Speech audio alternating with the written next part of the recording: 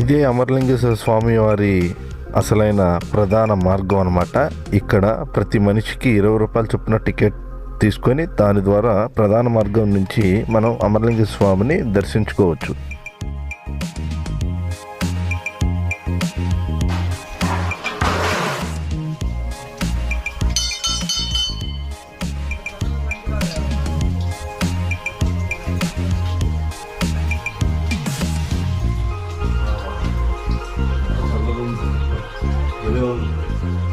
Water కూడా కాలు చల్లగా ఉంది.